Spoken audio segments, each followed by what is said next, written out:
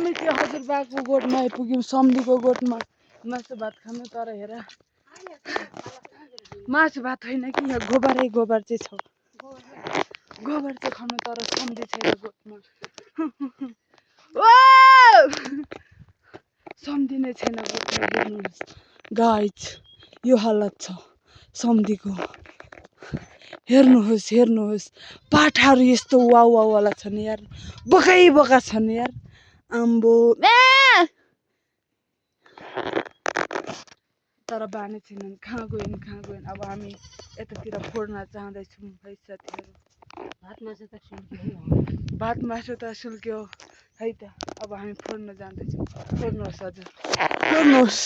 सम्धीको गोठ फोड्नुहोस् ढक्क लाएर ल छिटो उभो ल सम्धीको गोठमा स्वागत छ यहाँलाई बिगार होला सम्धीको गोठमा हेर सम्धी चाहिँ खाएर पनि टाप ठोकिसक्यो भात मासु त यस्तो परेछ नि यार हाम्रो बिजोक भयो आज भात मासु